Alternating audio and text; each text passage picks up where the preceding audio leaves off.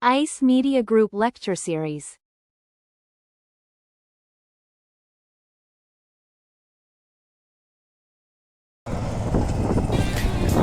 Hello, good afternoon. It is your host, Emmanuel Isaiah Smith, and today's date is Thursday, January 1st, 2025.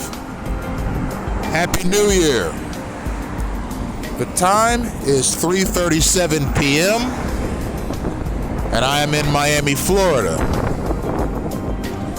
The topic of today's lecture is the Church of Jesus Christ of Latter-day Saints, Part 7, Directional Challenges. And ladies and gentlemen, I'll have you know that I tend to do these lectures outdoors, and I may have to raise or project my voice from time to time to drown out the background noise. Please adjust your volumes accordingly. I would like to begin this lecture, ladies and gentlemen, in a dissimilar fashion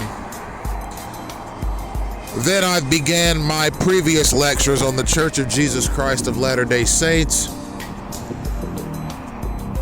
I would like to begin this lecture by stating that if it were not for church spies, all right, and I'm talking full-blown espionage agents that are paid or otherwise commissioned by the church to monitor, surveil, and disrupt me, your host. And the way I know this is because apparently there's some kind of detail. I don't know if it's a semi-security detail or a private investigatory detail, but it's obviously a detail that includes liaisons, undercover operatives, and gang stalkers that are constantly around me.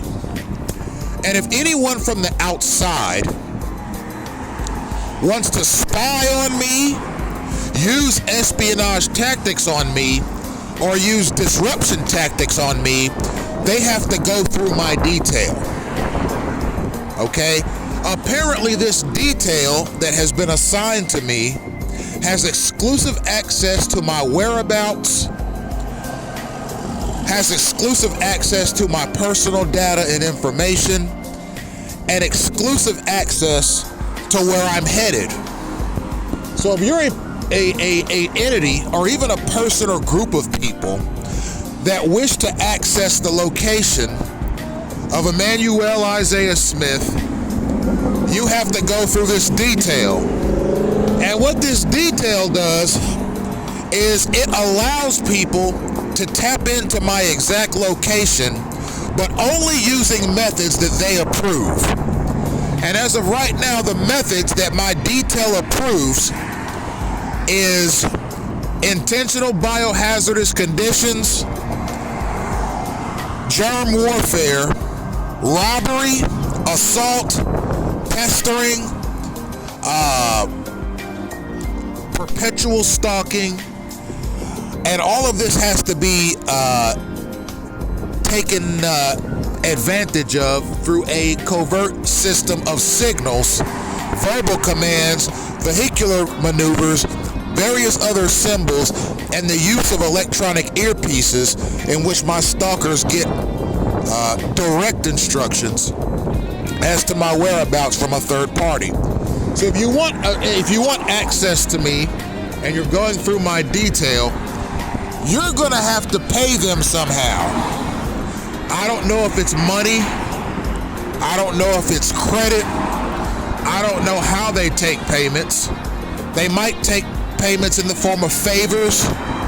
They may take payments in the form of various other pieces of information. But I can promise you, ladies and gentlemen, as I sit here this day, that the Church of Jesus Christ of Latter-day Saints has been granted access to my location through this state-sanctioned detail that is constantly following me around. And they're taking advantage of it in ways that are quite disgusting. All right, I'm just going to let you know. There are a number of members of the church that I haven't seen or spoken to in 10 years that are looking to get back at me for some grudge that they have, or some gripe, or some hissy fit that they've thrown. And that's not to say all the members I've known are on this, but there are definitely a handful. Furthermore, there are members of the church who I've never met. Okay? Those members of the church that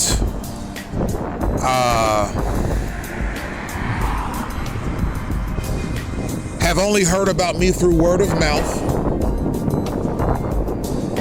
All right? And you may ask yourself, ladies and gentlemen, what is the church's interest in you, Smith? If you were a member for 2.5 years and you decided to resign because you started seeing evidence of gang stalking in the church, why would these people be coming at you or coming after you 10 years later in such a disruptive way? Well, there are a number of reasons, ladies and gentlemen. One is theological doctrine. The church has a theological doctrine that says that if any man leave the church, he is considered an apostate, he's considered bitter, he's considered doomed to hellfire, and the only way that man can atone for his sins is if his blood is spilled by a firing squad. So that is definitely a doctrine in the church. Look it up. It's called blood atonement. And yes, the church still practices that on select members. I challenge any law enforcement or defense company or defense department in the country to do a search on all former members of the Church of Jesus Christ of Latter-day Saints who have died by gunfire. And I can promise you that each and every one of them is a person that resigned from the church.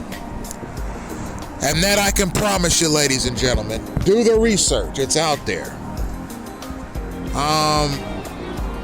Also, ladies and gentlemen, I should make note of something else. I have a strong inclination to believe that the church has reported my lectures on the church's operations to the police, probably Miami-Dade police. I've not heard from Miami-Dade police about the church or whether or not the church has filed a complaint of some kind against me with Miami-Dade police or any civil matter in Miami-Dade County or Salt Lake City, Utah. I am presently of the mindset that the church is attempting to harm me physically and legally. Furthermore, ladies and gentlemen, I suspect very strongly that former presidential candidate Mitt Romney is in the mix, attempting to drum up some trouble. And I'll be right back, ladies and gentlemen.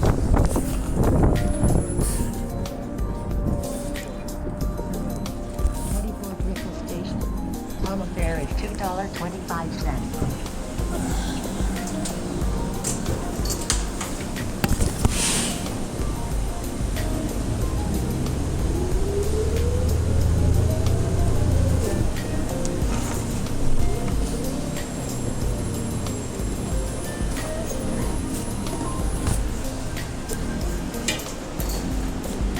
All right, I am back. I believe that former presidential contender and former senator, former governor of Massachusetts, Mitt Romney, is in the background somewhere assisting the church in its targeted campaign against myself I would like to also report, ladies and gentlemen, that there are a number of persons who consider themselves to be targeted individuals that report running into Mormon missionaries at very strange intervals throughout their life. Now, I'm going to say something now. I mean, with my experience with the missionaries, that was the Columbus, Ohio missionary unit. The Columbus, Ohio missionary unit was very good to me and very accommodating to me as a prospective member.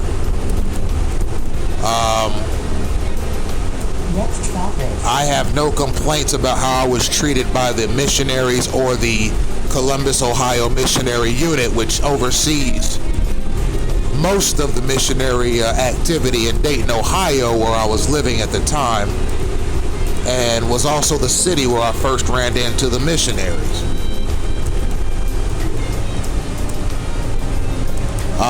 But I do believe that there are missionaries in the Church of Jesus Christ of Latter-day Saints, or rather various other missionary units, that utilize gang stalking's surveillance protocol and signaling mechanism to find prospective members. I believe that there are some missionaries that have access to the various signaling mechanisms that are used in gang stalking, in which they describe the kind of person that they would like to go out and bring to the church through baptism, and they are signaled to prospects that may be open to such a baptism. Now, keep in mind that the missionaries of the Church of Jesus Christ of Latter-day Saints are expected to go out in various intervals into the city that they are presently stationed in, to go out and try and find new members for the church. It's a combination of knocking on doors and offering people Book of Mormon lessons, and it's also missionaries going out into the streets and actually talking to people face to face to try and get them to come to the church, to be baptized into the church.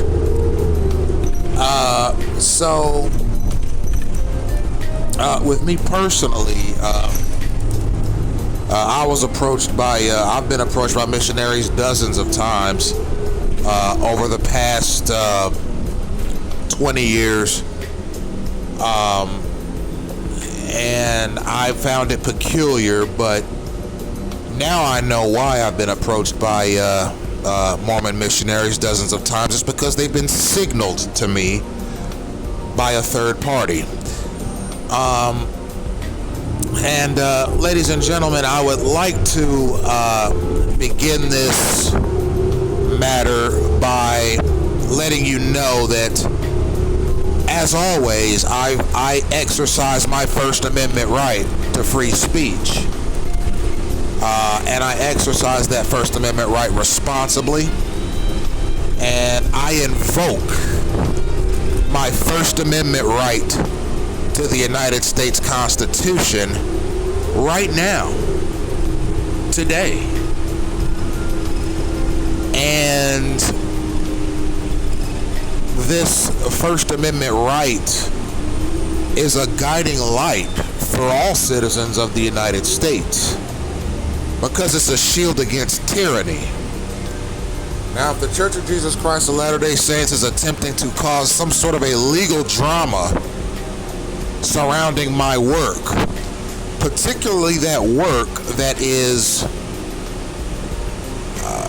reminiscent of my own experiences, opinions, suggestions, and assertions of the Church of Jesus Christ of Latter-day Saints, well, then any complaint they file with me, with federal, state, or local law enforcement, and that includes civil litigation, it will not win.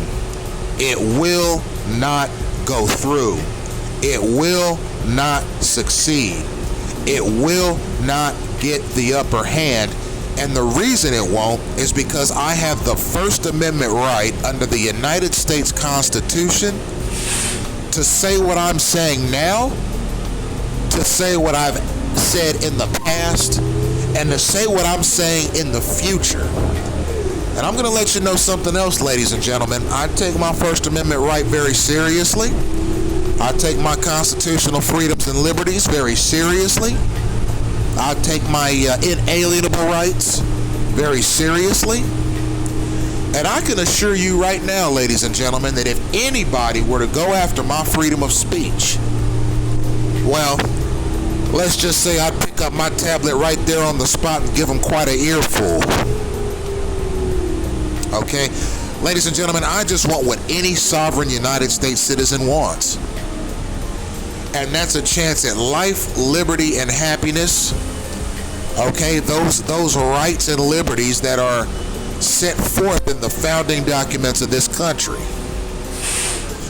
And furthermore, I'm a man that has a tremendous capacity to be kind, caring, loving, and compassionate. But I'm also a man of self-defense and defense of my loved ones. And if there's anyone from the Church of Jesus Christ of Latter-day Saints that hears this, that wants to get what their issue is on the table in a civil, responsible, and brotherly or sisterly manner, I welcome you to contact me personally. None of this espionage stuff. E.I. Smith at yandex.com or on my business phone at 561 area code 666-7971. That is an open invitation to anyone in the Church of Jesus Christ of Latter-day Saints that wishes to contact me about anything. If you have an issue with something I've posted, if you have an issue with something I've said, if you have an issue with something I've asserted or suggested or made plain for the whole world to hear, you are more than welcome to contact me on social media. There's a number of matters that I need to address. And the first matter is that of the founder of the church, who founded the church in the year 1830 in Palmyra, New York. The founder of the Church of Jesus Christ of Latter-day Saints, Joseph Smith. All right, yes, he is my namesake, right? So I think that some of the church's problem with me as a former member and as a sovereign United States citizen is my disposition towards Smith. And I made no bones about it in my initial missionary lessons. The missionaries came over to my apartment in Dayton, Ohio, and they said, "So what do you think of Joseph Smith?" Because they had given me a lesson about his life. And they said, "What do you think of Joseph Smith, the founder of the Church of Jesus Christ of Latter-day Saints?" And I said to him, now this was in my apartment in Dayton, Ohio, I said, "Well, I'm fascinated by this man. I'm fascinated by his life.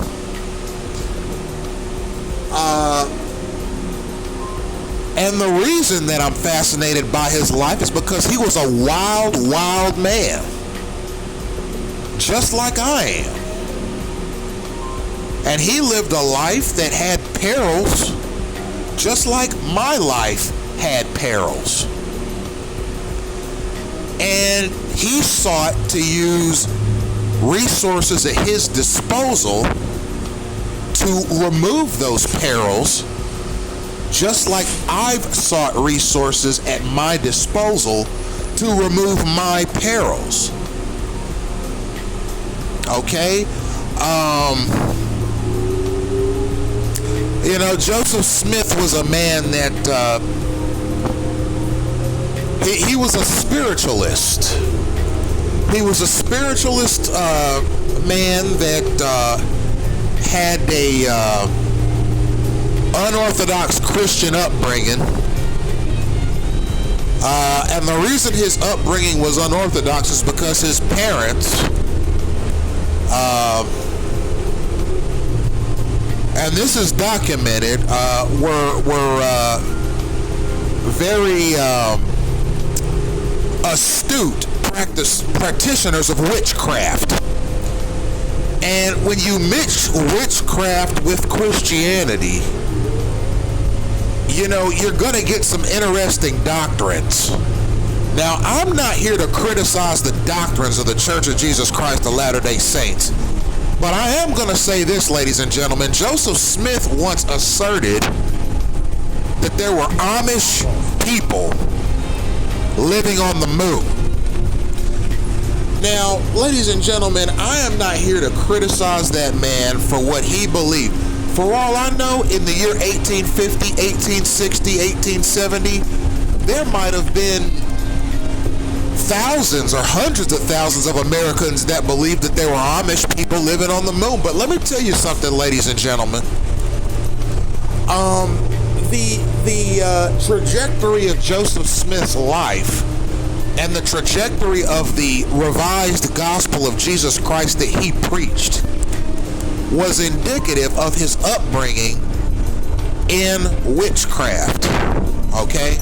Now, I'm here to say this, ladies and gentlemen.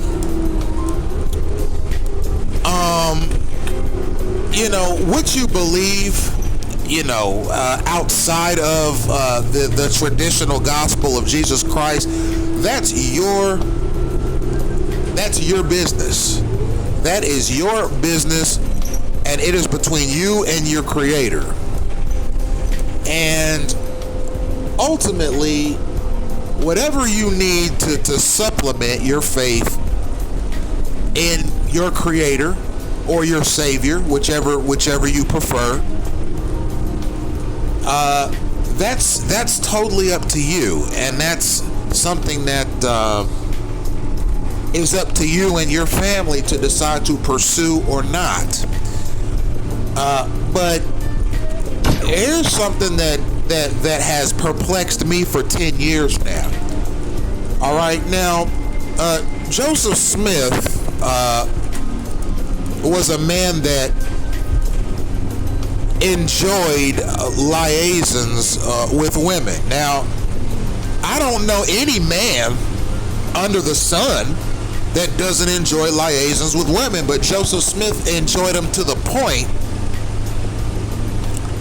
where he needed to marry 40 women, and some of those women were married to other men when he married them.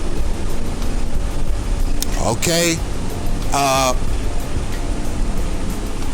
Joseph Smith had a pickup line that he liked to use.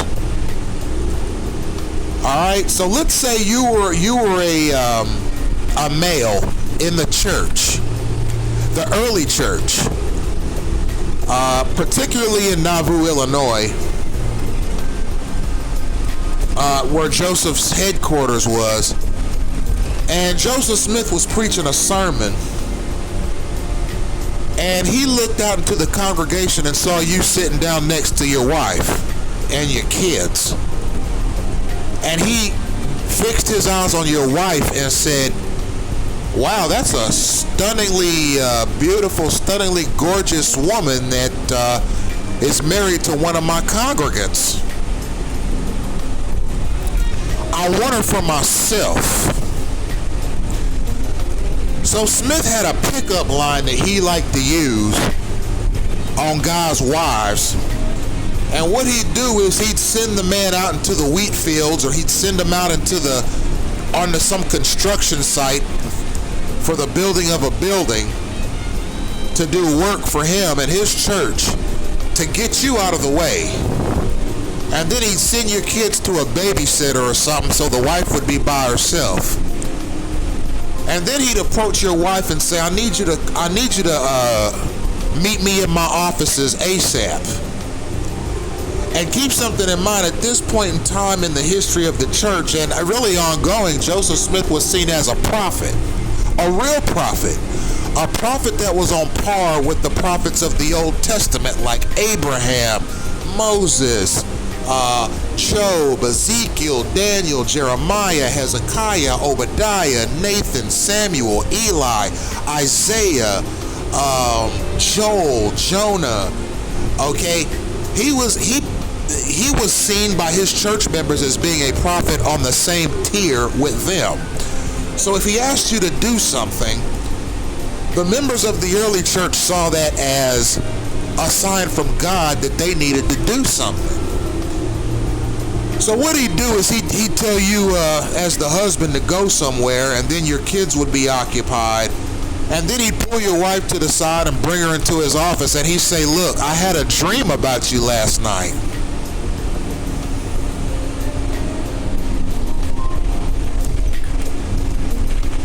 And she'd say, well, that's peculiar, Brother Joseph. What was the dream?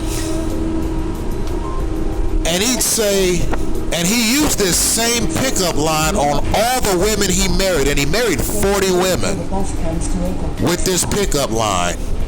And one of them was 14, but keep in mind, back then in the 1800s, a 14-year-old girl getting married was not a big deal. You had girls 14, 15, 16, 17 years old getting married to 40, 50, and 60-year-old men like it wasn't nothing. Okay, back in those days, 14 was considered a ripe age for a woman to get married. So what he'd do is he'd pull her to the side and tell her that he had a dream about her, and she would go, well, that's peculiar. What could you possibly have had a dream about me about? And he said, I had a dream about you, and this dream said that an angel of the Lord walked up to me, Joseph Smith, and pulled out a sword that had flames of fire on it. And this angel said to me, unless you marry that woman, I'm going to cut you in half with this sword.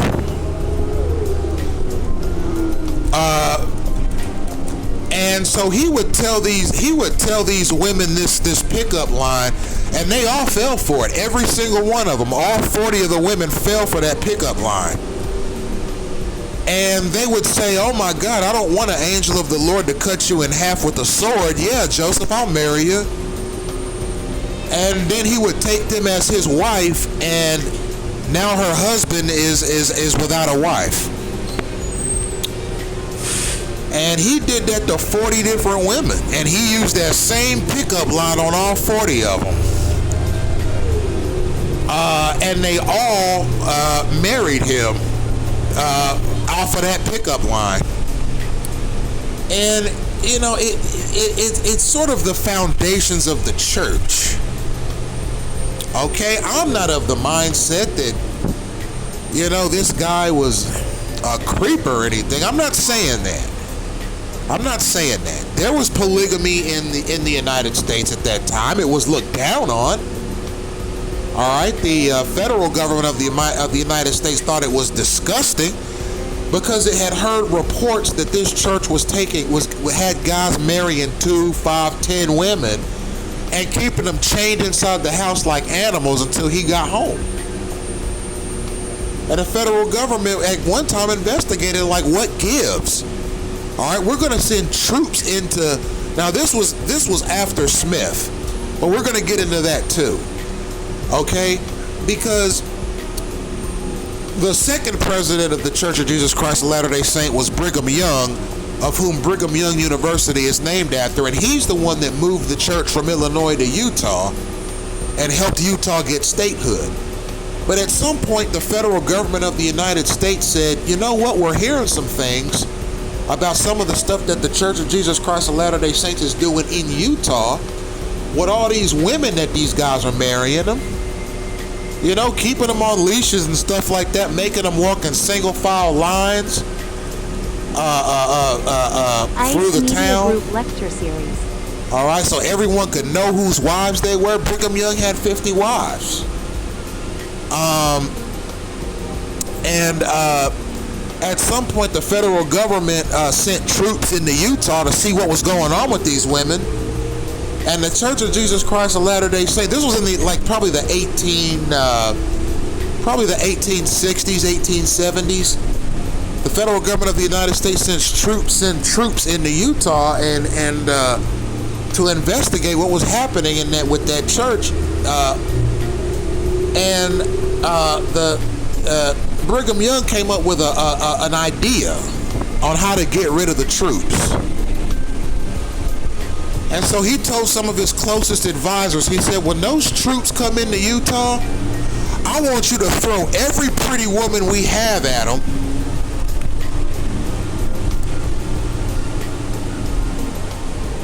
To sleep with them and to calm them down and to make them happy, and then we'll send them back to Washington without having anything bad happen to this church. And that's exactly what happened. As soon as those troops, and this is a matter of record, ladies and gentlemen, this is historically documented stuff here. Okay? So the federal government sent troops into Utah to investigate polygamy, and as soon as those troops got into Salt Lake City, there was a stampede of Mormon women waiting for them at the border.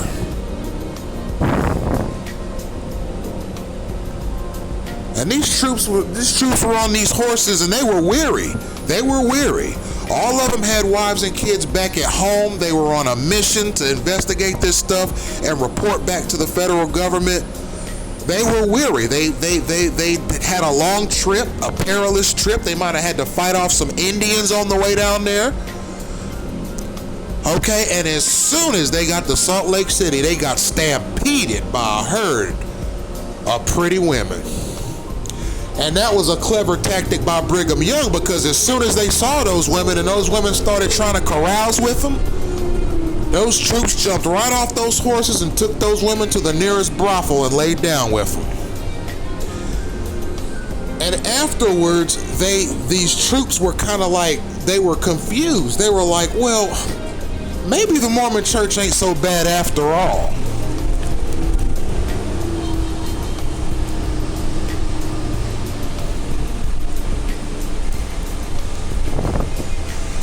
Maybe our government has it wrong. So a number of them went and made an appointment and went and got to talking with Brigham, and he said, hey, just look around you. We have a thriving society. We're all lovers of Jesus. We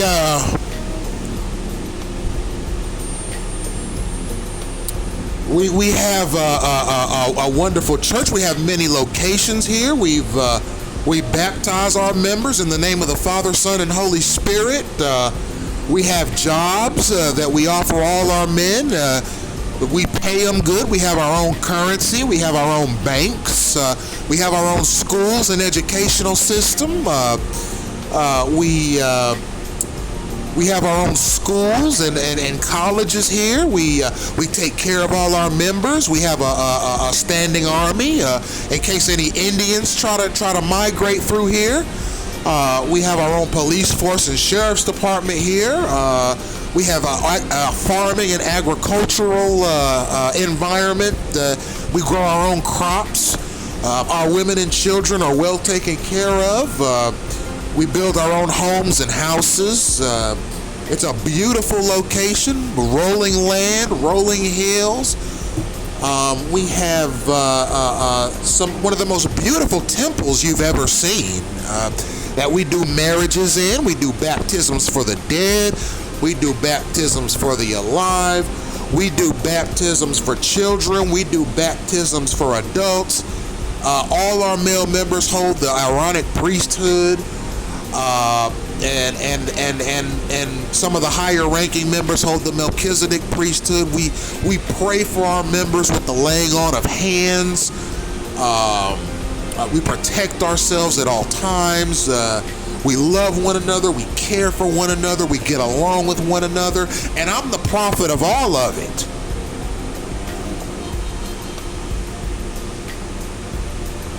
And these people worship me as if I were Christ himself.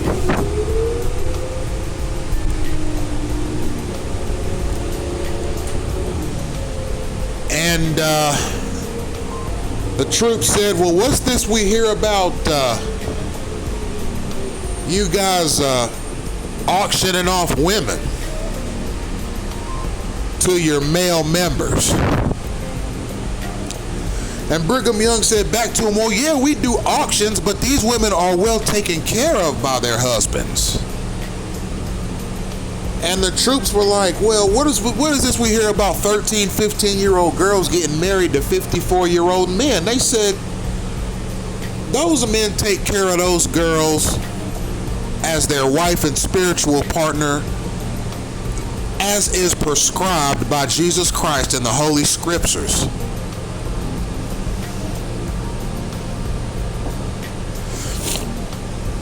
And the troops were like, well, we were sent here by the U.S. federal government to investigate whether or not you all are abusing women in polygamous relationships.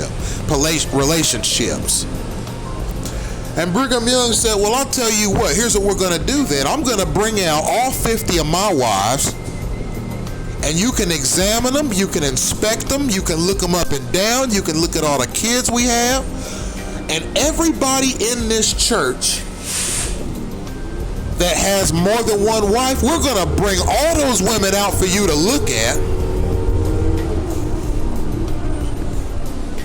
so you can see for yourself how well taken care of they are. So that's exactly what happened, and the troops were looking around. They were amazed. They were like, well, these women, they have on pretty dresses, they have on nice knickers, and that's knicker as in knickerbockers.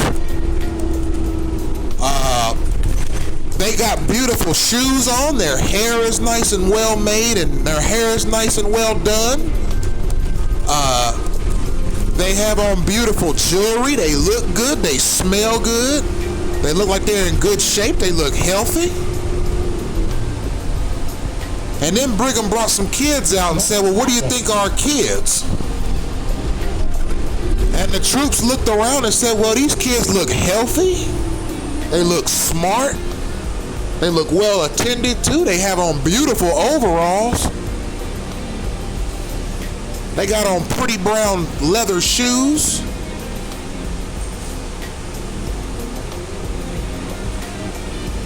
They're playful. They're happy. And Brigham Young said, you see, we take good care of our women around here. And then the troops were like, well, we're gonna have to get back to you on this, and we're gonna have to go back and report this stuff. So they went back and reported it.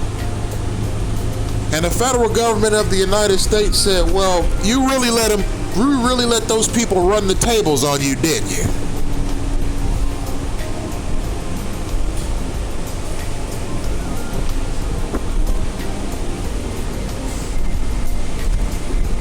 And they said, well, this is what we saw. And they were like, they staged all that. They planned it.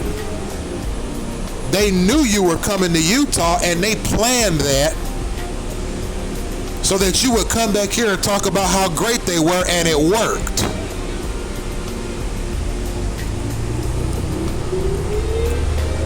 So then what they did with the U.S. federal establishment, they found a way to get the Congress and pass a law banning polygamy. And the church saw the church got a notice. The church headquarters in Utah got a notice. And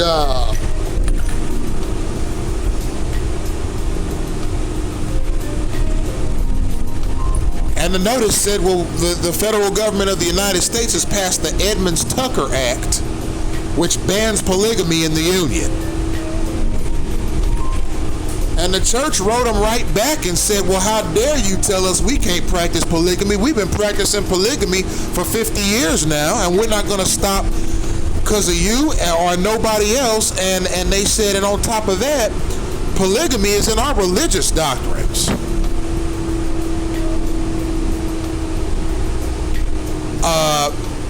It's in our holy scriptures to practice polygamy. So you're not going to tell us that we can't abide by our scriptures. And the federal government said, well, and then they was like, well, you're violating our constitutional right to freedom of worship. Next stop is Southwest 22nd Street and Southwest 27th Avenue. So the U.S. federal establishment had to review this, and the church was like, well, listen, we're going to tell you what we're talking about here. And they sent the federal government a notice that said, King David in the Bible, the Old Testament, he had 6 wives. King Solomon in the Bible had 300 wives and 700 concubines. So there's evidence of polygamy in the Bible, and we're just following our holy scriptures. And the U.S. federal establishment said, well, that's not good enough. Polygamy is banned, and if you don't stop practicing it, we're going to disincorporate your church. And they said, no, we're going to continue practicing it.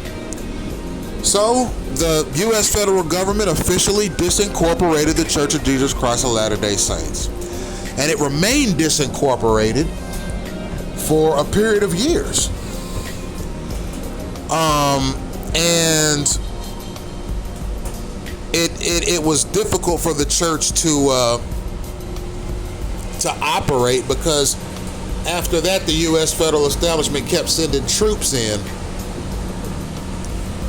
to make sure that the church wasn't practicing no mischief. So that's sort of an early history of the kinds of things that happened in the early church after Joseph Smith passed away. Now, you may ask yourself, well, whatever became of Joseph Smith, the founder of the church? Well, before he passed away and designated Brigham Young as the new head of the church, he ran into some legal problems. And you might ask, what were the legal problems that he ran into, Smith? Well, before Brigham Young was a polygamist, Joseph Smith was, and when he was living in Illinois, in Nauvoo, which was essentially the center of the church's operation,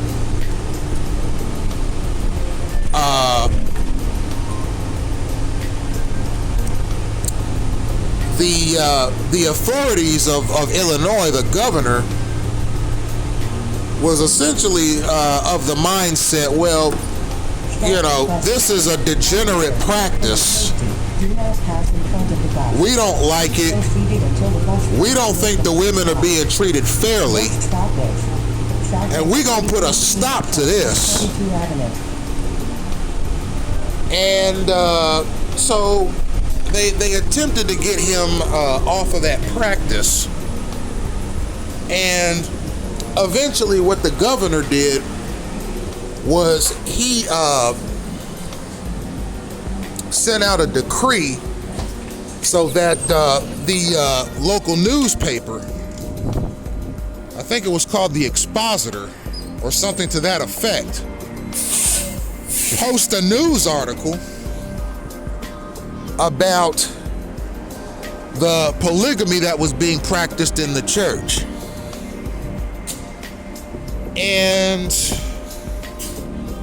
Joseph Smith got so mad at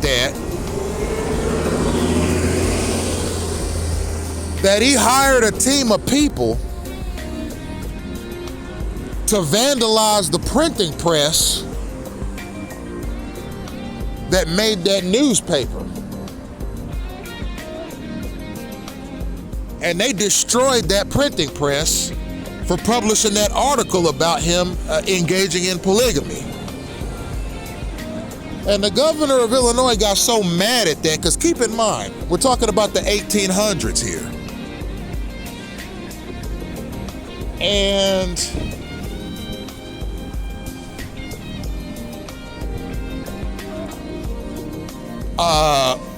vandalizing a printing press in the 1800s would be the equivalent of blowing up a cellular tower in today's world.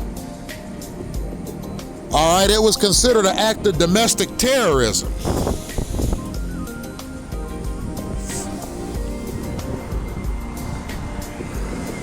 All right, because a printing press was the town's sole means of getting the news, the local news, out to the people. So by destroying that, because he was mad about the printing, about that newspaper printing stories about his polygamy, he destroyed it. So what did the governor of Illinois do in response to that? You know what he did. He had Joseph Smith arrested and thrown in jail.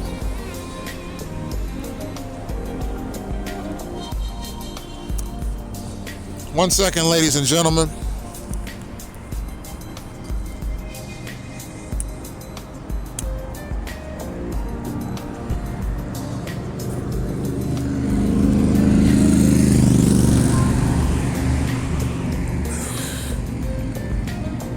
So, when that happened, the townspeople started wondering, well, just what in the heck is going on here? You mean to tell me that the founder of the Church of Jesus Christ of Latter-day Saints vandalized the printing press and got thrown in jail? That's exactly what happened. Now, there was a bit of a fallout of that, because while Joseph Smith was in jail,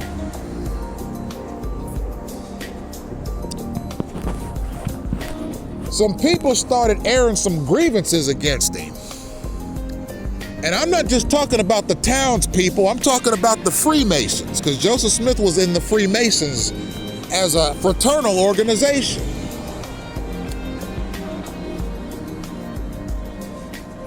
Some of the townspeople were like, well, you know, this man stole my wife from me.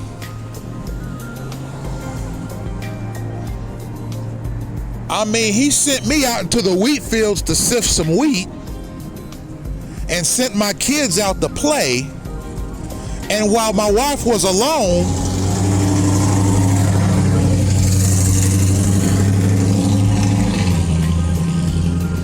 he walked up to her, and next thing I know, the two of them were getting married. Come to find out, he's done that to 40 other men just like me. And guys were saying, yeah, he did that to me too. And then another one came forward, yeah, he stole my wife too. Then another one came forward, yeah, he married my wife right from underneath me.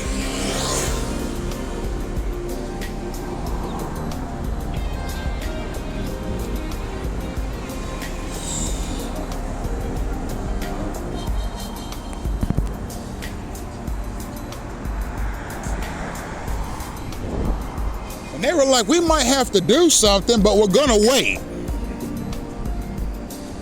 And a few of the townspeople who were in the Freemasons contacted up the Freemasons and said, you know, we got something to tell you about Brother Smith. And the head of the Freemasons in that local chapter said, well, what is it? What's going on? And they said, well, Brother Smith was thrown in jail recently for vandalizing a printing press that was publishing news stories about his polygamy. But we also have something else to report to you. And the head of the Freemasons said, well, what's that? And they said, well, Brother Smith has been using elements of the Freemasons' initiation in its temple ceremony, thereby giving away the sacred secrets of the Freemason Brotherhood.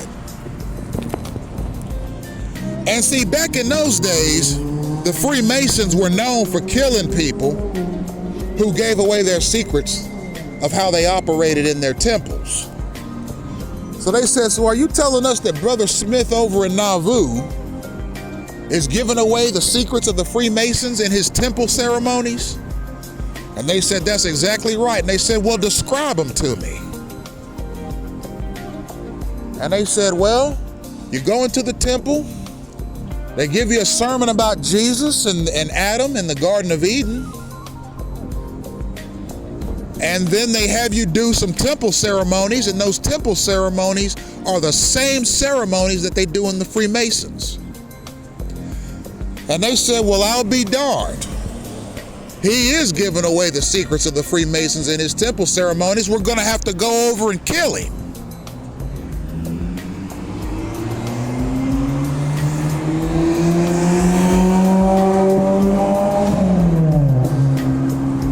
So one night, when Joseph Smith and his brother, who were both incarcerated, were in their rooms, actually I think it might have been one morning, they were in their cell. The prison was stormed by a group of men who had black face paint on their faces to conceal their identities. And they shot and killed him and his brother, and shotgun blasted them right out of a second-story window onto the ground. And when he landed on the ground, there were a bunch of people out there with rifles waiting, and then they started shooting him while he was laying there. So that was how the founder of the Mormon Church lost his life.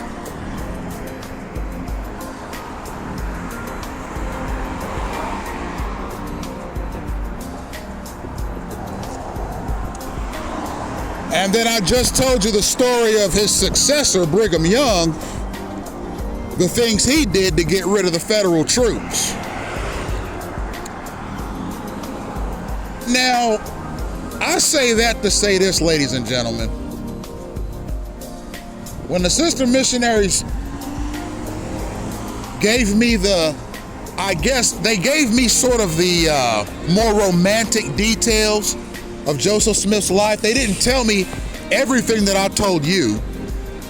The elements that I told you today, listeners, are the elements that I researched myself as to what happened. I was like, well, that's interesting. This man lived an interesting life and so forth. And over time, I said, well, maybe if I join the Church of Jesus Christ of Latter-day Saints, I can get out of my gang stalking campaign. It's a big church. It's got 15 million members. It's got a presence in almost 200 countries. It's got an international conglomerate attached to it. It looks well tended.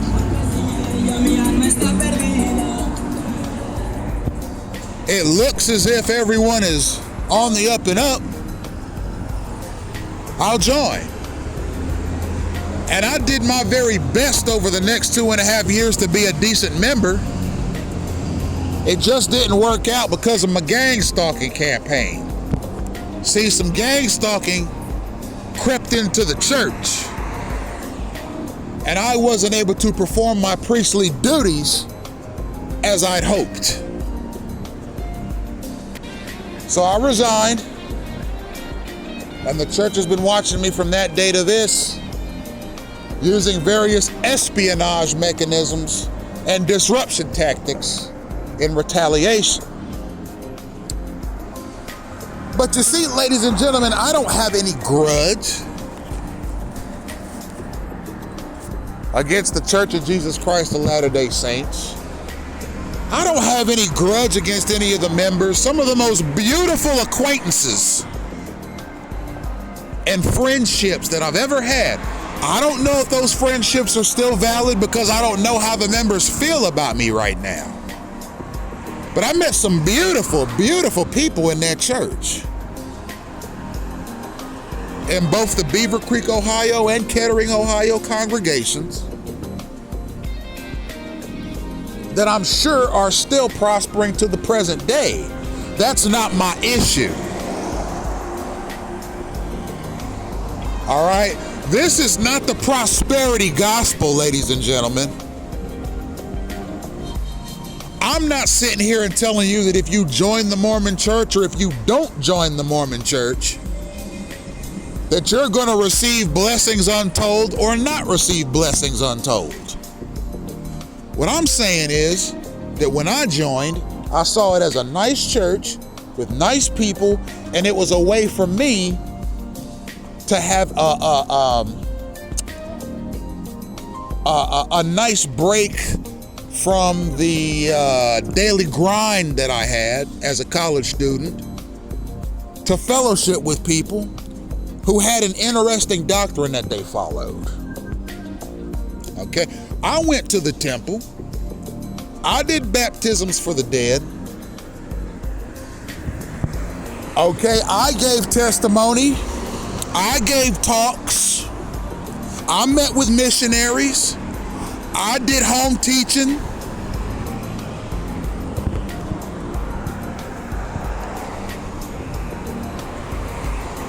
I went out to Salt Lake City, Utah one weekend to attend the 185th semi-annual General Conference session, in which the keynote speaker was President Thomas S. Monson, who was considered the prophet of the church at that time. I saw the picketers outside protesting the church's doctrines. I saw the women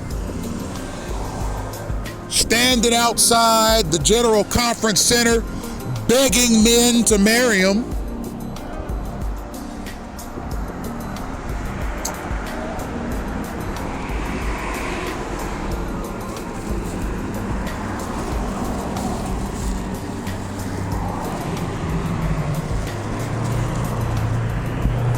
I saw it all. I witnessed it all. I was a part of it all. I enjoyed it. It was fun.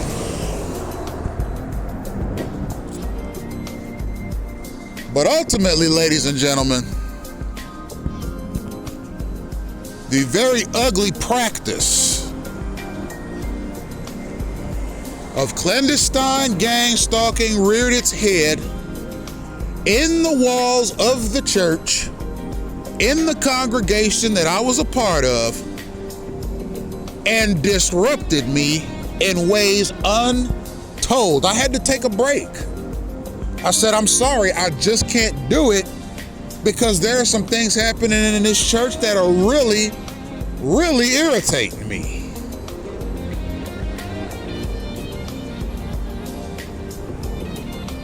And it's getting more and more difficult for me to come to church, partake of the sacrament, listen to a talk, sing hymns, go to Sunday school, go to elders quorum,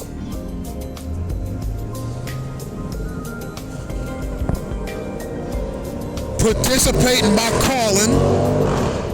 All right, I was a children's church teacher. I and a colleague taught children in the church, 8 years old, the Mormon gospel. I did the best I could. But keep something in mind, ladies and gentlemen, workplace mobbing is a part of gang stalking, and it reared its ugly head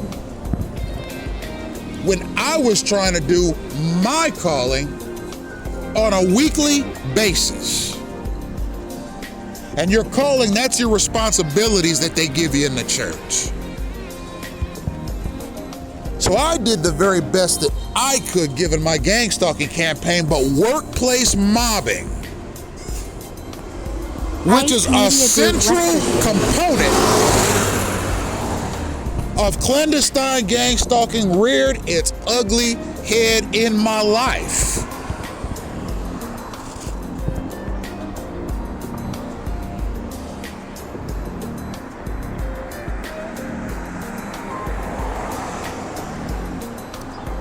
And when it did, I said, I can't do this. There's no way I can be a good church member and put up with gang stalking campaigns. Right there in service, right there in the church, for the whole congregation to see.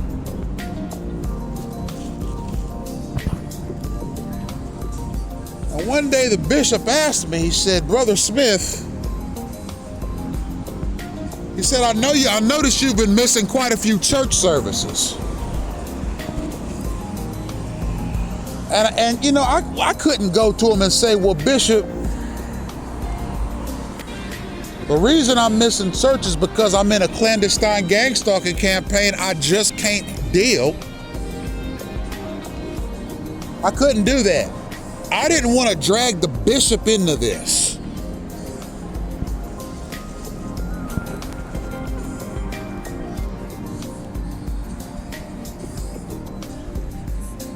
So eventually I said, well, Bishop, I'm not going to quit the church, but how about sending me over to another congregation? He said, okay.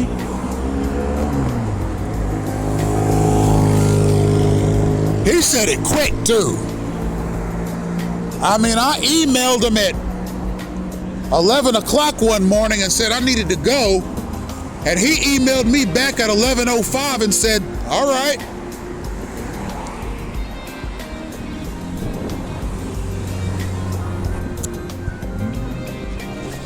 So I ended up going to a different congregation, and at first I was like, all right, maybe this is what I need. But it wasn't what I needed, because I started experiencing workplace mobbing there too. And mind you, workplace mobbing doesn't just dismantle targeted persons in the workplace. Workplace mobbing is designed to dismantle you at school and at church as well. So I started experiencing workplace mobbing, and you know, I said, you know what? I said, I'm not sure this is going to work at all. So I contacted the new bishop that I had, and I said, Bishop, I'm quitting the church. And he wrote me a letter saying he was sorry to see me go, but he understood my inquiry. And then I wrote the church a letter saying that I was officially resigning. They didn't write me back, but I know they got the letter. Also, I started experiencing numerous break-ins to my home around this time. And I figured, well, it's obviously the church that's doing this, because they're mad about me not sticking around.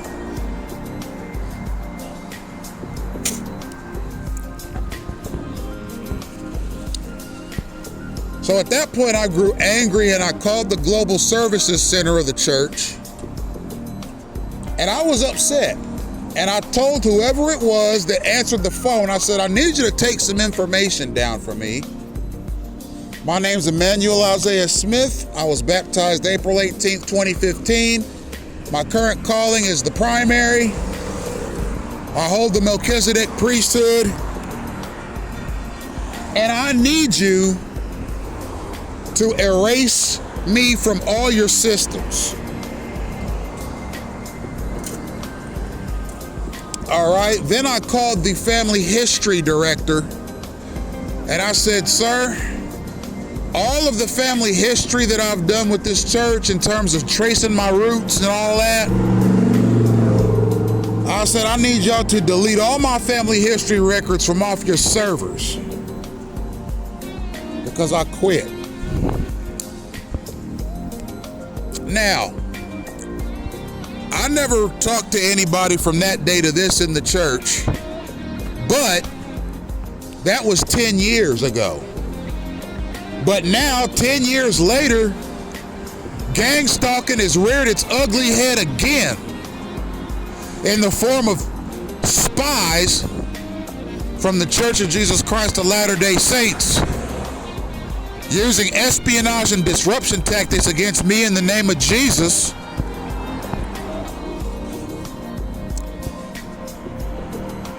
And I'm telling you the full truth, ladies and gentlemen. And I, your host, Emmanuel Isaiah Smith, would tell you different if things were different. But as we speak, I got military personnel that are also members of the church coming down here, running around me with rifles. And I can promise you that's the truth.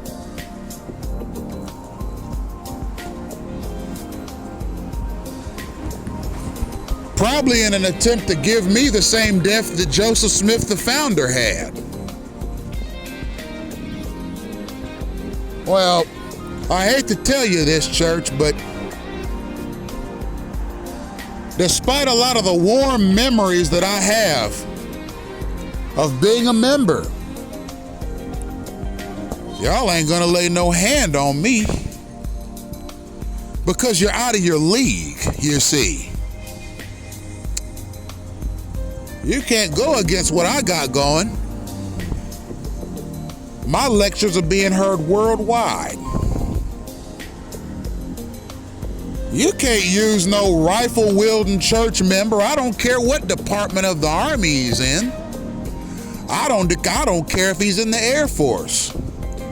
You can send F-22 fighter jets alongside where I live. It's not going to change a thing.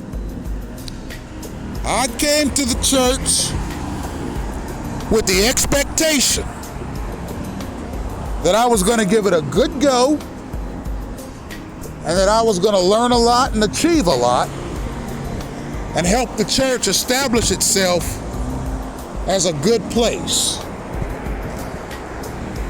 But what do we see?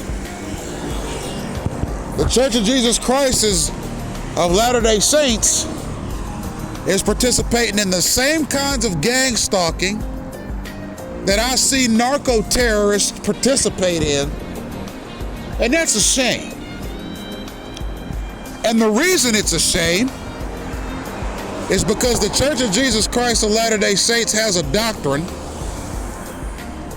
that says that in the second millennium, Jesus Christ is going to come down from heaven on a pretty white horse. He's going to be in a glowing white gown. He's going to have a crystal crown on his head. And he's going to come down with an army of angels. And all the members of the church that were faithful and kind and loyal and tithe-paying Christians are going to go back up to heaven with Jesus. But the people who are not, they're going to stay on this earth and they're going to basically have their souls handed over to Satan.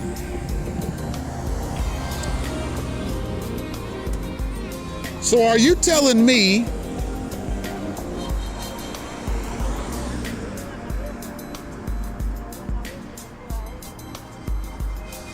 that a church that does utilize clandestine gang stalking in its operations, more likely it's undercover operations, is doing God's work?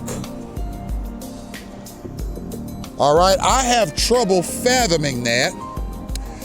And while I explain, I would like to tell you about an experience I had in Salt Lake City, Utah, When I was attending the 185th Semi-Annual General Conference session, I had rented a Buick Rendezvous from, I believe it was Hertz Car Rentals. And I was staying at a Holiday Inn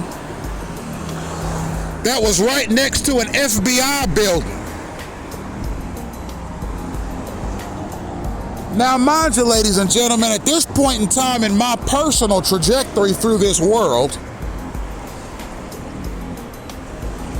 I didn't know a whole lot about what gang stalking was. I had some idea of what it was because I had just started investigating it.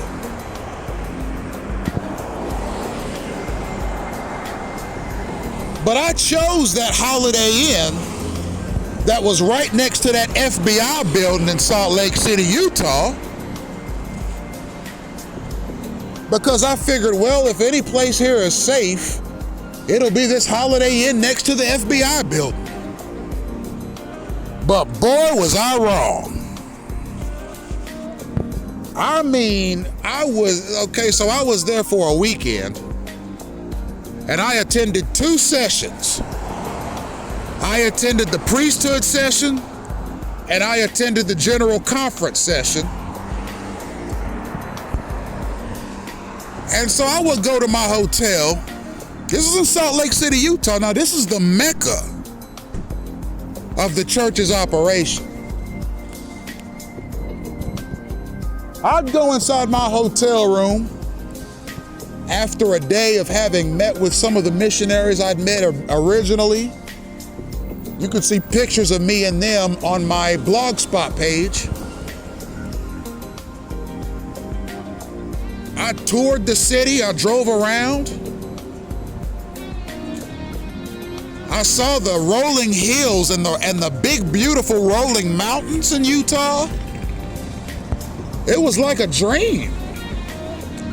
I visited downtown Salt Lake City and visited some of the historical landmarks. I saw the structure that had that giant black eagle on it with the black lampposts on either side. I went to the downtown Salt Lake City mall. I met some really interesting people down there. Got back in touch with a lot of the really interesting people that I knew in the church that lived in Utah. I was like, hey, I'm in Utah. I'm going to the general conference session. Want to meet up? They were like, absolutely. Brother Smith will meet up with you and we'll go eat at a nice Mexican restaurant. And then they weren't Mexican now, but they wanted to eat at a Mexican restaurant.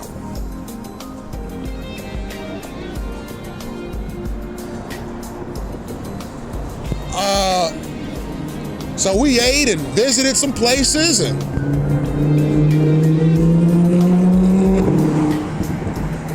I was like, well, this is gonna be a beautiful day. And that was my first day there. I went back to my hotel that night, parked my car in the parking lot, went in my hotel, got myself ready,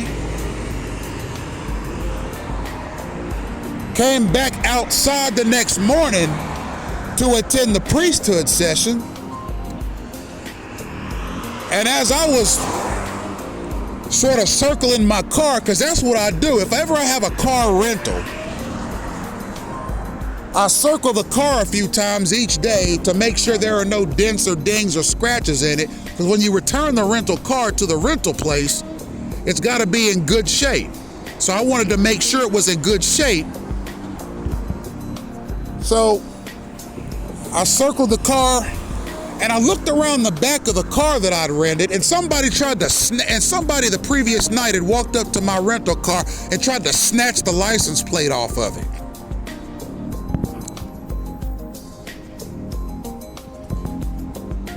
So I was like, you know what? This is peculiar.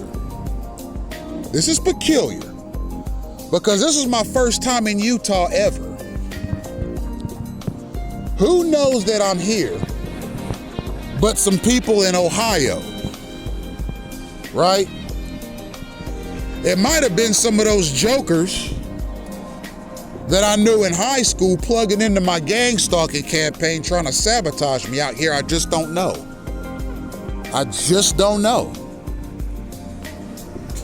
So I documented it, and I contacted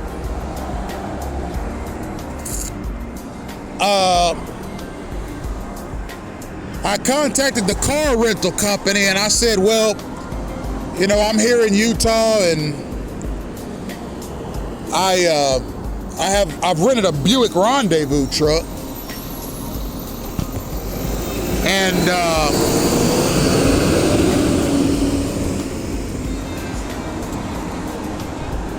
when I walked out to the car this morning, it looked like somebody had tried to snatch the license plate off of it.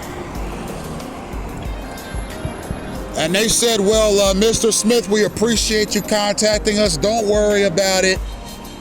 You know, you have the truck for another couple of days. Just bring it back to us when you can, and we'll sort all that out. I said, thank you so much.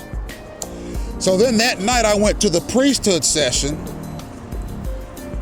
and spoke to some people that I knew on the phone later, and I thought it was a really interesting experience.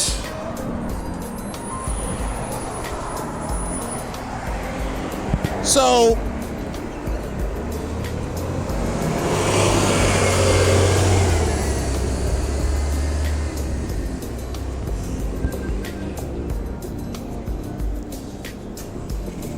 that night I went out and I wanted to spend some time by myself, and I wanted to tour Salt Lake City myself.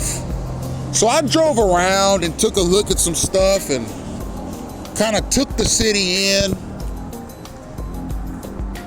And then I remember thinking to myself, how strange that somebody would try to rip my license plate off the car in front of an FBI building.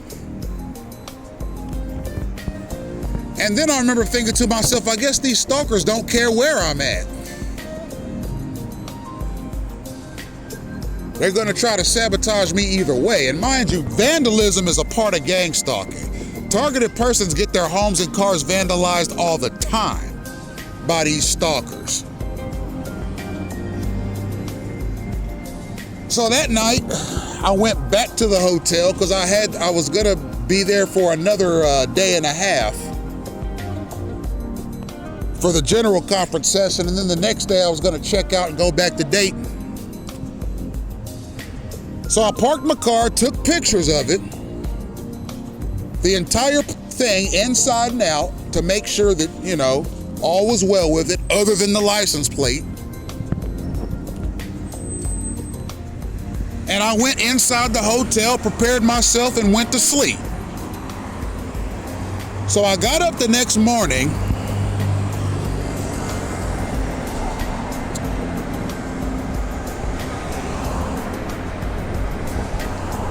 and I walked back out to my car, and this time, apparently the people damaging my vehicle were getting creative. This time, the license plate was damaged even more, and it looked like somebody took a key and scraped up the side of the Buick. So I was like, all right, this is obviously the work of somebody from Cleveland.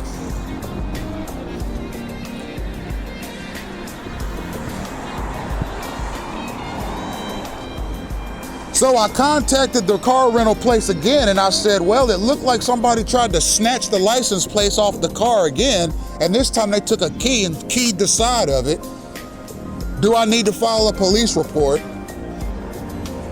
And they said there's no need to do that. Just take pictures of the damage and bring the car back when it's time to. So this car rental place was very lenient, very understanding, that I had a bunch of 2-bit punk degenerate knuckleheads attempting to vandalize my property.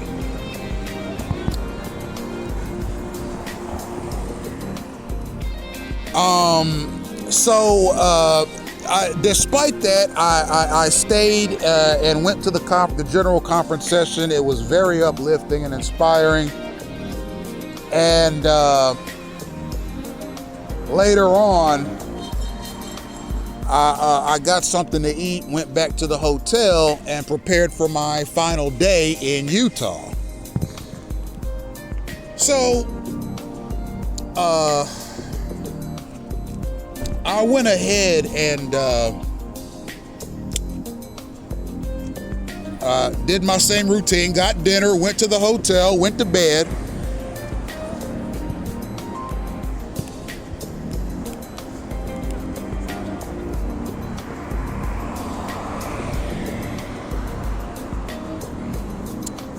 And the next day I came out to my car because this was the day that I had to go back to Dayton, and I was prepared to leave Utah, and it looked like somebody tried to damage the tail light. So I was like, well, so much for renting a hotel room next to an FBI building.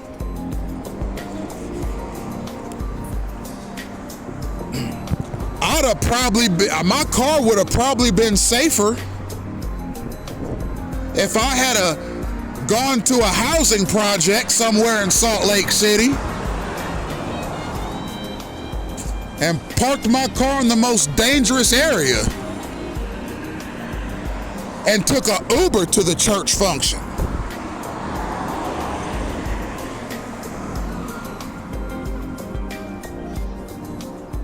So I returned the car, and I'm pretty sure it was Hertz, but it might have been Enterprise Car Rentals. It doesn't matter. I took it back to Hertz, and I caught a plane back to Dayton. And when I caught a plane back to Dayton, I mean, the bishop and the stake president and some of the other higher authorities in the Beaver Creek district, they wanted to know all about it. They were excited for me that I had gone to Utah and experienced all that beauty. But I think some of the members were like, how on earth did this black dude that just joined the church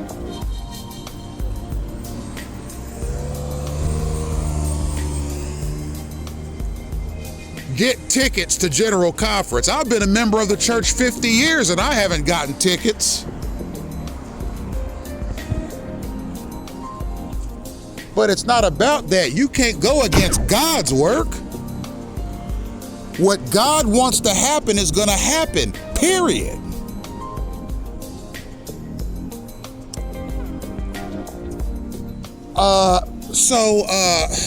It was a truly, it was a blessing to have experienced that. But when I got back, I started experiencing more gang stalking than ever before.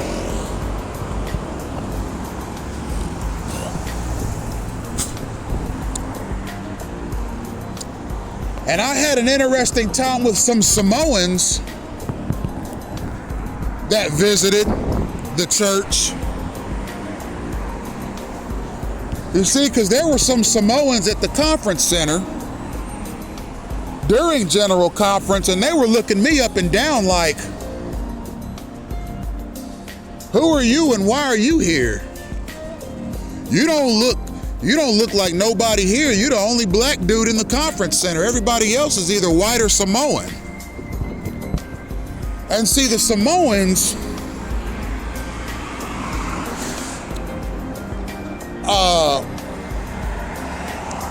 they wear these skirts, you know? It's supposed to be a symbol of masculinity, kind of like an Irish kiln. You've seen the bagpipe players at ceremonies in the UK, where you have the bagpipe players and they have the kiln. It's seen as a masculine thing in Irish culture, but even though the kilns look like skirts, something like what a woman would wear. But that's a cultural thing. The Samoans have something similar, right? So when I was at the conference center, right, this was before I left back to Dayton, there were some Samoans that had these brown skirts on. And it was kind of funny because they looked me up and down and were looking at me almost like, are you Samoan or what? What are you? But I didn't say nothing to them. One of them looked at me like, why are you wearing pants? All the Samoans here wear these skirt type deals, these brown skirts with a shirt and a tie. I wasn't even thinking about none of that. I walked right past them dudes and got my seat. But I think there's some hostility against me personally and my project by the Samoan community in the Mormon Church. I think they resent me coming forward about my experiences with gang stalking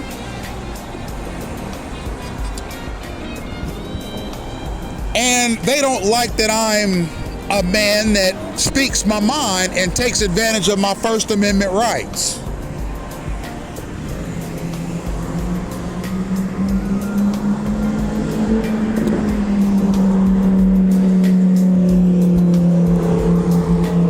So no doubt I've seen a few Samoans out here on the authority, power, and money of the Church of Jesus Christ of Latter-day Saints, and they're participating in some disruption down here. And that's sad. That's sad. But I'll tell the Samoan community in the Mormon Church plainly, all right? I'm a sovereign citizen and I have rights. And on top of that, I don't even know any Samoan people. Nor have I ever claimed to be Samoan. So if there are any Samoan members of the church that saw me, and because of my fairly medium brown complexion, you thought I was Samoan, I'm sorry that you thought that, because I'm not Samoan. As a matter of fact, I don't know any Samoans. The only Samoan that I know is Samoa Joe, the WWF wrestler.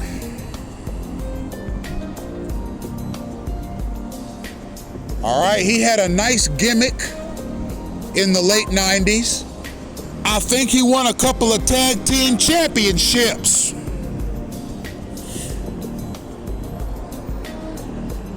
That's the only Samoan I know. So if there are any Samoans in the church that are offended by what I do, well, you're just going to have to get over it, because I'm a sovereign United States citizen and I take my rights seriously. That's why I talk about clandestine gang stalking. And chances are I'll never see any of you because I've been banned by the church. I can't even go on church property. The church has excommunicated me for speaking out against gang stalking, which is something that the church participates in.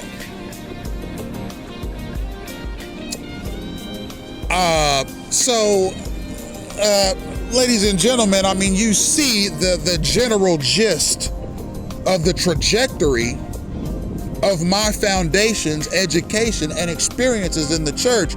And they've come back. They said, no, Smith, no. That's what they're saying too. They said, no.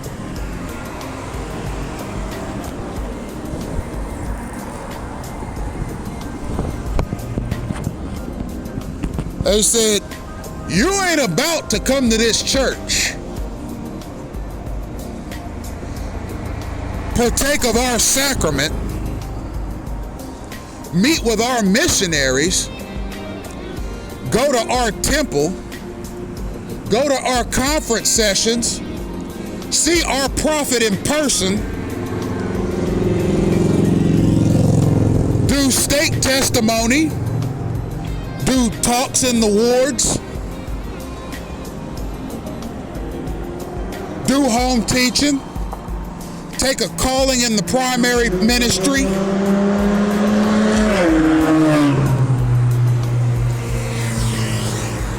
learn about the history of the church, learn about the culture of the church, kick the tires and see what we had to offer. Treat our church like it's an amusement park. Be irreverent. ICE Media Group Lecture Series. Act like you're above and not beneath us. Read the Book of Mormon when you wanted to read it, not when we told you to read it. Not properly fellowshipping with your brothers. Taking months off at a time. Mocking what we do. Not taking a wife. Not raising a family in this church. Not getting paid. Not paying tithe. And essentially treating this church like a video game arcade where you play all the games, beat them all, and then you ride off into the sunset like the Lone Ranger.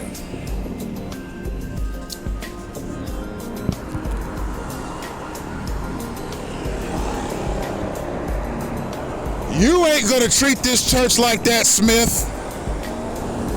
You're not going to treat it like that now, and you're never going to treat it like that.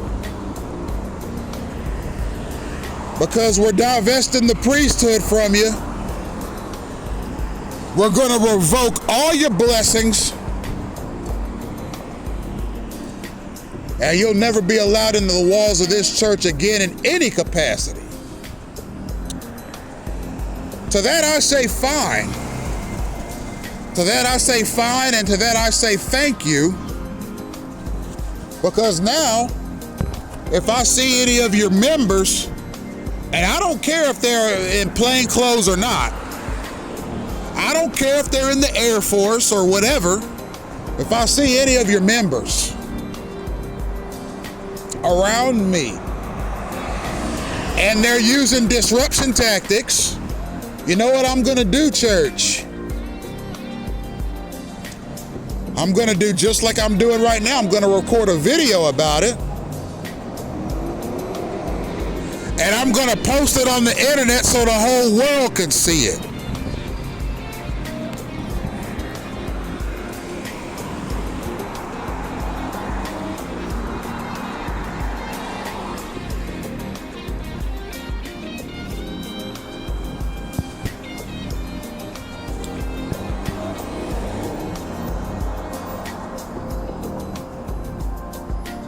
So, I mean, congratulations for what you've managed to build over the past 200 years. I mean, you went from a small farm church in Palmyra, New York, to having hundreds, if not thousands, of congregations all around the world. Congratulations. But don't bring none of that espionage around me. I don't need it. Okay? If I said it once, I've said it 1,000 times. Excuse me, ladies and gentlemen. If I said it once, I've said it 1,000 times. If anyone from the Church of Jesus Christ of Latter-day Saints cares to get in contact with me, I hope you have the decency to do it personally. Call me, text me, or email me, or you can message me on social media.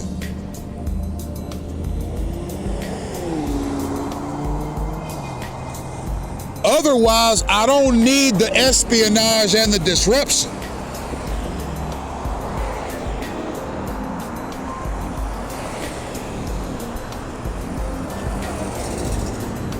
And stop sending me street theater. I know that a lot of the street theater I'm seeing, particularly over the past 6 months, is from the church. You're bringing street theater to me.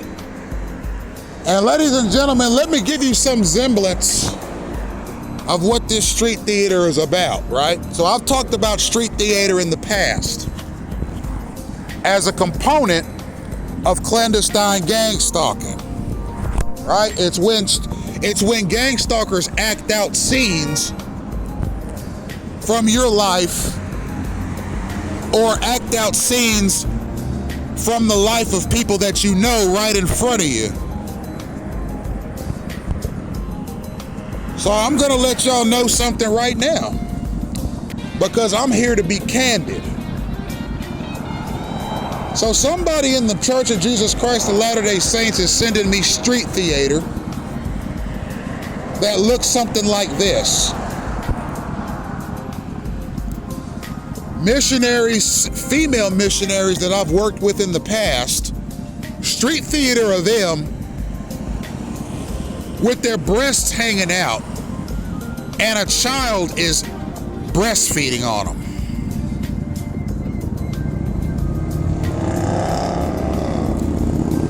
That's the kind of street theater I'm getting from the Church of Jesus Christ of Latter-day Saints, guaranteed. All right? And I can promise you, ladies and gentlemen, I have not steered you wrong yet on anything that I've experienced with respect to my time in the Church of Jesus Christ of Latter-day Saints, or anything that I've experienced with respect to clandestine gang stalking. I can guarantee you this street theater is coming to me directly from the church, and it's meant to irritate me. It's almost like a mockery of sorts. It's like, so these sister missionaries that you've got all hugged up on you on your Facebook page, well, those sister missionaries are happily married to clean-cut Mormon boys. And not only that, but they got kids with them too. And not only that, Smith, but those pretty little missionaries you used to work with, they're in somewhere in this state or that state right now suckling another man's baby.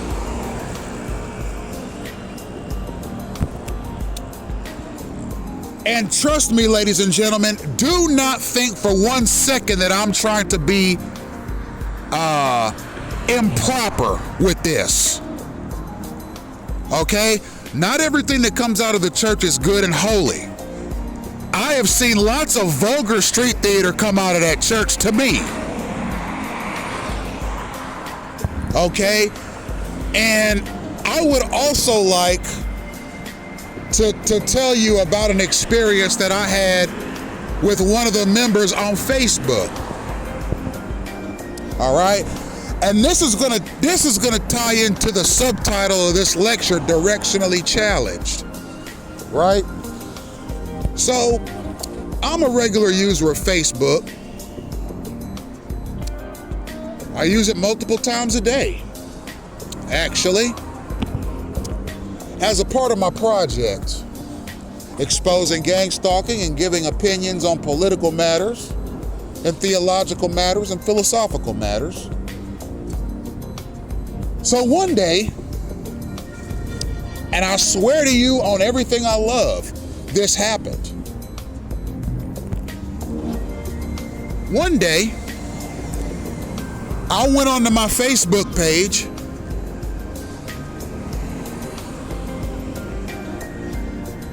and right there in my news feed was the image, or rather a video, a live video of one of the sister missionaries that I used to meet with getting her placenta pulled out by a doctor, and a baby came flying out of her. This live image of this woman was right on the front page of my news feed on Facebook. And this was the first sister missionary I ever worked with. Why did this image appear on my Facebook news feed?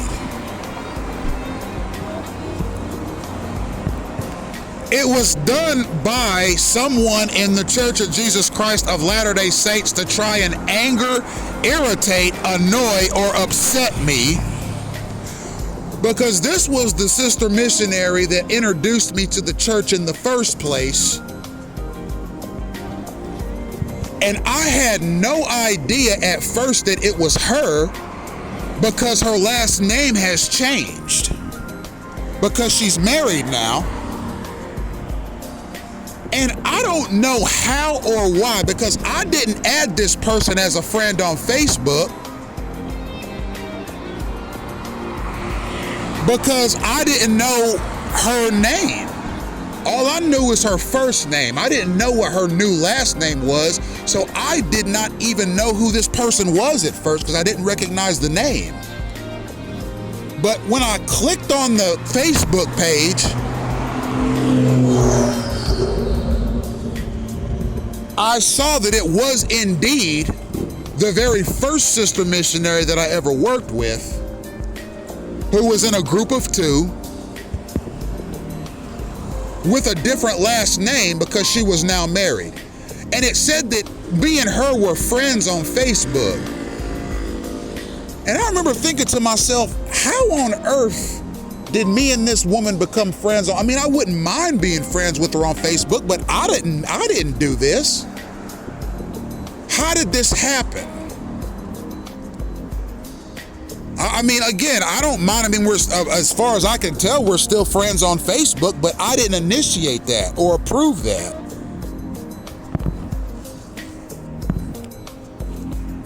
And I was looking through her page, and that's all that was on her page was pictures of her giving birth and videos. And I was like, who in that church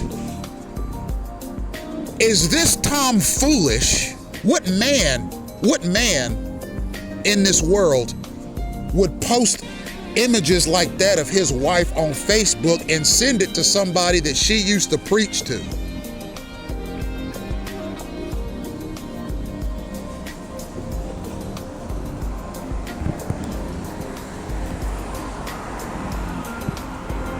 And so I was perturbed, okay? It was like some Joe Blow schmuck in the Church of Jesus Christ of Latter-day Saints, who's now married to this woman,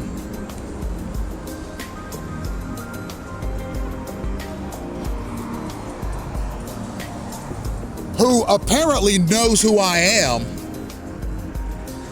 must have hacked my Facebook page or something and connected my page to her page so that I would see that image.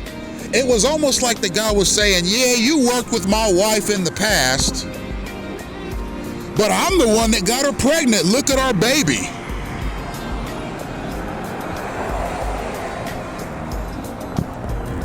So you know what I did?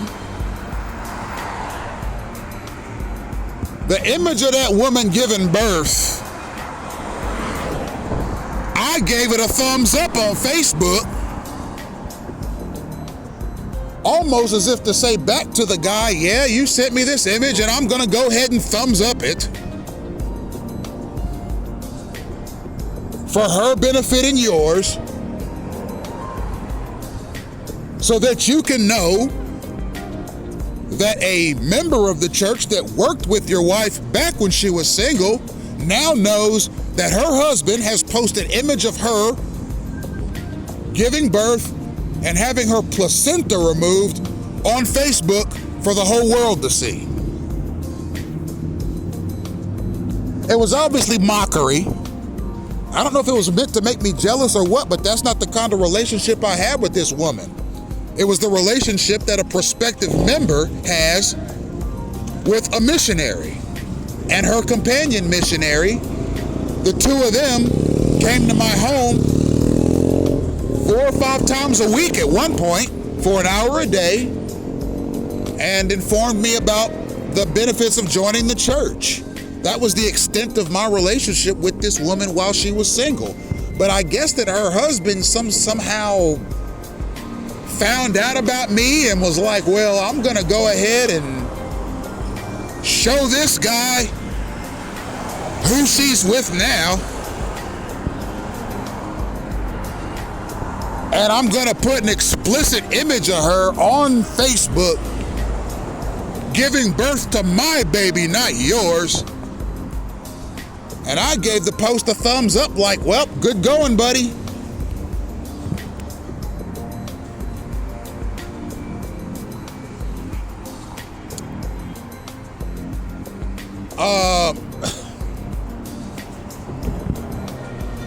You see? And that's the kind of game some of the male priesthood holders play in that church. It's like they want me to see images of the sister missionaries that I used to work with having been sort of committed to them. Physically, obviously, and in marriage, as if I asked all that, a little too much information. Yeah, I thought your wife was a nice person while she was single, and yeah, we talked for a while as friends. But why do you think I need to see pictures of your wife's placenta on my Facebook feed? I mean, what does that accomplish for you there, fella? Why would you do that? You gotta be a real jerk and a real prick to say something like, in the name of Jesus Christ, I show this man pictures of my wife's placenta. Right there on Facebook. It's like, well, how about this, fella? What about all the other hundreds of people in your congregations that's gonna see that? How do you know your bishop ain't gonna pull that picture up and vomit somewhere?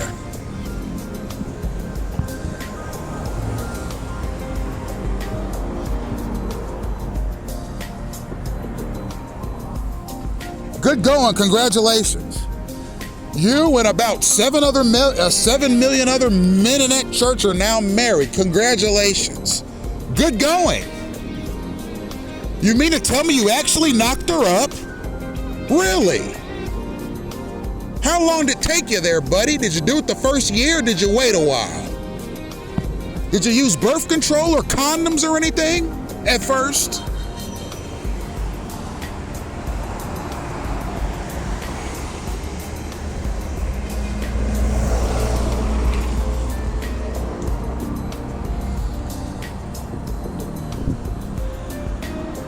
How much did the baby weigh?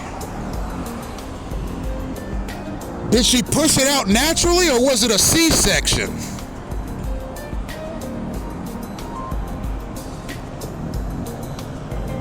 Did she have an epidural or did she push it out the old-fashioned way?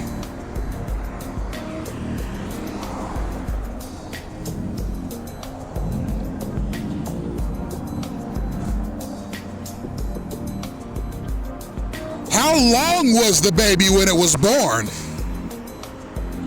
What was the diameter of the baby's head when she pushed it out? You obviously want me to see this. I don't know if that was to make me jealous. I laughed when I saw it. What was the radius in inches from the baby's left shoulder to the baby's right shoulder? Did she have problems pushing the baby out, sir?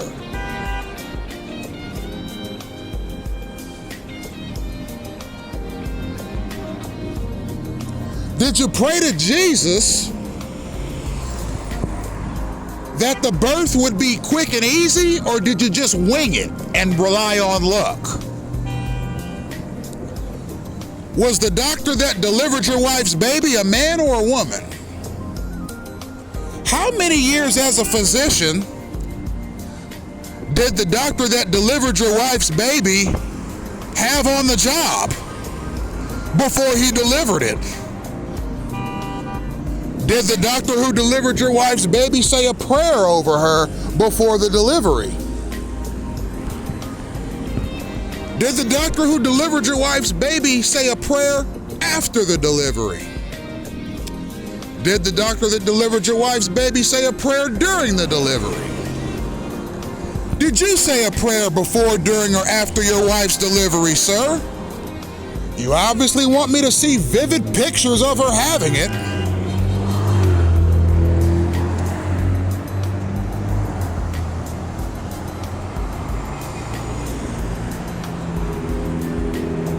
How hard or difficult was it for you to attain this pregnancy?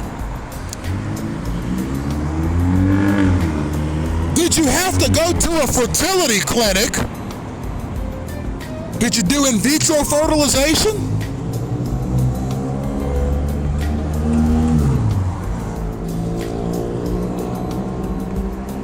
Or was she able to deliver it with just good old God-given nature? Hey buddy, you somehow connected our Facebook pages so that I would see that. You wanted me to see that, buddy. I have no clue why. It's a little odd and strange that you wanted me to see that, but let's continue. Did you name the baby before, during, or after the delivery?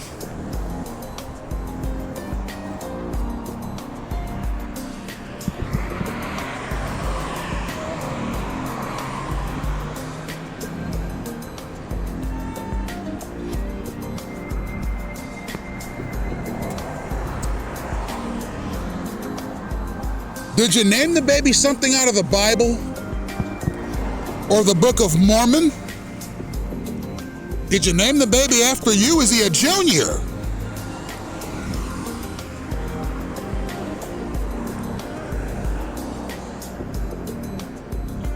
Or did you name him something a little more modern?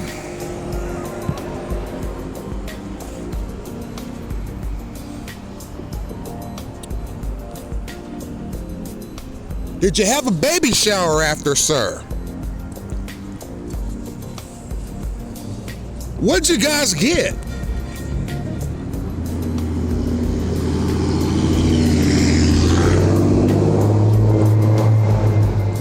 Do you and your wife have intimacy problems? Did you need to show me that picture to spice up your romance?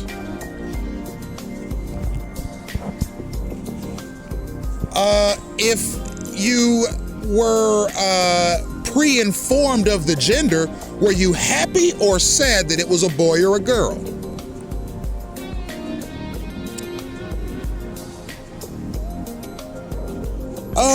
Generally speaking, how many kids do you and this woman want? 1, 2, 3, 10, 20? How many babies do you want?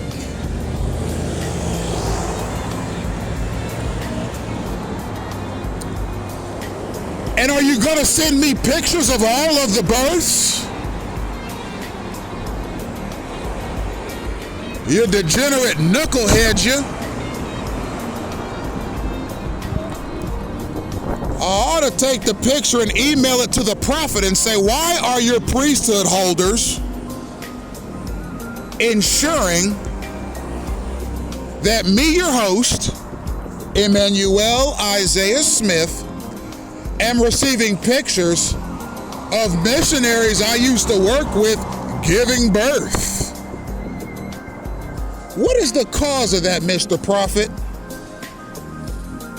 What do you hope to accomplish with that?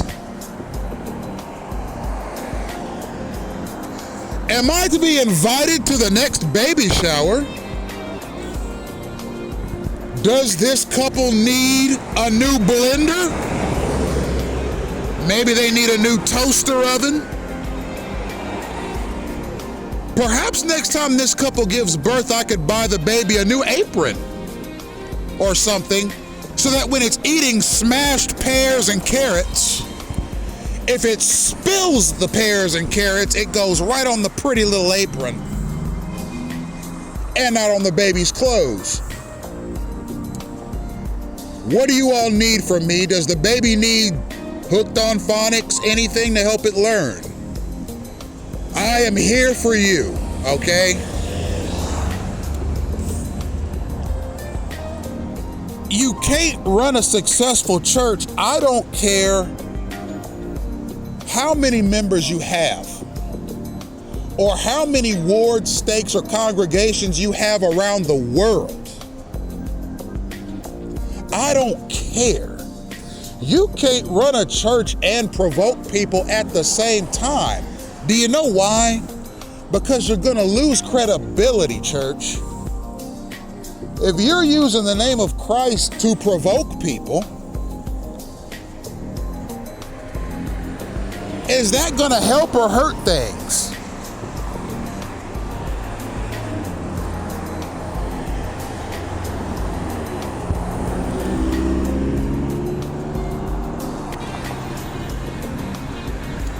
Are you preparing this child for a life in the church? Do you want this child to hold the priesthood one day if it's a boy? Do you want the child to go to college or join the military? At about what age do you think your children will become pregnant? And when they do, are you going to send me pictures of it?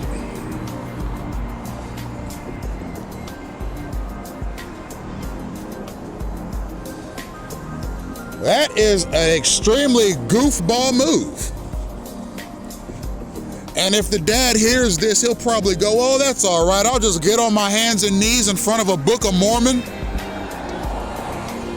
I'll pray and ask the Savior to forgive me if I was wrong. And I'll never do it again. And why? Because I'm a priesthood holder that was baptized in the waters of baptism. In the name of the Father, Son, and Holy Spirit.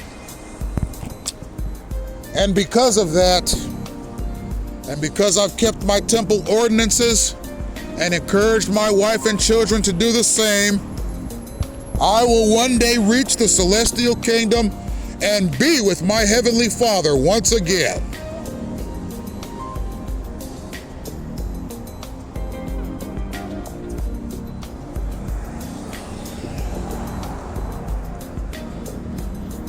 You ought to be ashamed of yourself doing that dirtball stuff. That's really disgusting, my man. Really disgusting. But I gave the picture a thumbs up, if that makes you feel better. You know that little icon at the bottom of the page? I gave it a thumbs up to help you out with that. So there are directional challenges. I mean, the church lets its priesthood holders engage in acts of mischief. And it doesn't make them look cool or bad or anything like that. It makes them look like a bunch of schmucks. Because you're doing what you do in the name of Jesus Christ, and that makes it pathetic.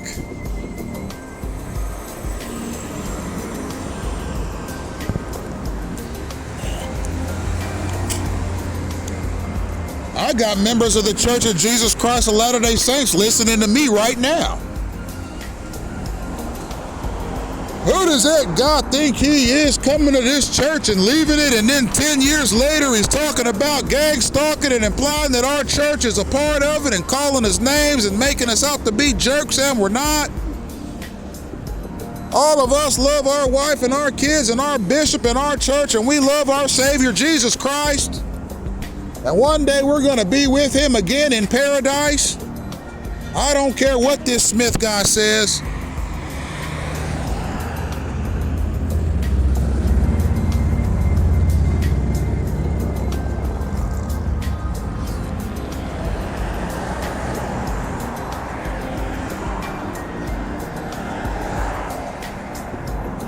I got guys down here spying on me from the Mormon church, ladies and gentlemen. And they think they're 007 agents too. They walk around, they try to look cool. A few of them are walking around in suits. They got their hair slicked to the side and they got sunglasses on. I notice you a mile away, brother. I notice you a mile away. A few of them have gone to some of the black members of the church and said, hey, there was this guy that used to be a member of our church. His name is Brother Smith. Now, we ain't seen him in a good 10 years, but we're trying to get back at him because we don't like how he conducted himself as a member of our church. What can you, as a black person, tell us on how we can best get back at him? Because we know you black people, you know each other real well. But since you're a member of the same church as me, why don't you tell me as a black person, what's the best way I can get back at this black fella?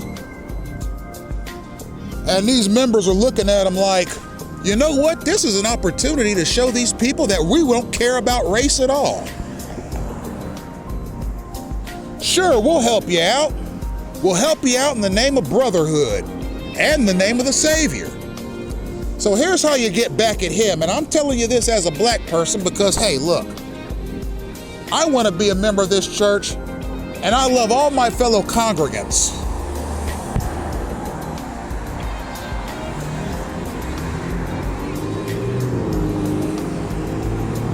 And what I'm gonna do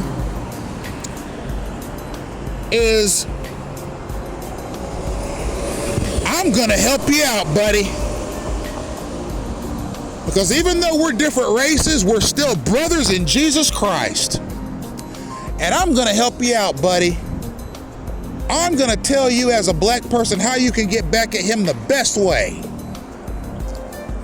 Because I know sometimes you don't want to go too far and you don't want to say the wrong thing, and well, God forbid you do anything to make them think you're racist. So here's what I'm going to do. As a black person, I'm going to tell you how you can pester him without looking racist.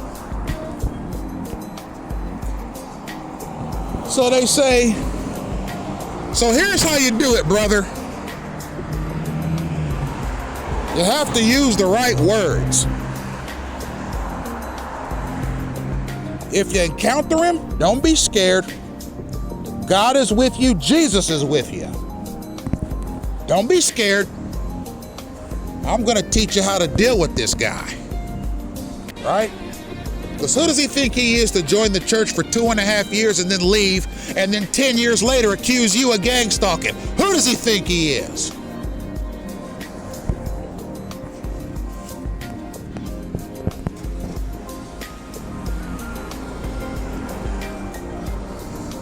So I'm going to tell you how to deal with him, the way black people deal with each other. Right? So here's what you do. You go and get persons that ain't afraid to use vulgar slurs. And you tell them to do it instead of you. That way he hears the mockery without you being the mocker. And if you want, you can sweeten the deal by finding somebody else to approach him with slander, libel, character defamation. You know what you could even do? You could even go back to the church that he was originally baptized into, and you can get stories about him that will demean his character, right? That's what the black members of the church who want to help out will tell them to do to me. Well, you all tried that, and what happened? You ended up getting exposed because I'm able to see you a mile away. All right? What the Church of Jesus Christ of Latter-day Saints really needs to do is figure out what it's doing in Cuba and how it's going to help the United States investigate instances of state-sponsored terrorism, narco-terrorism, human trafficking, and drug cartel activity. Thank you for tuning in, ladies and gentlemen.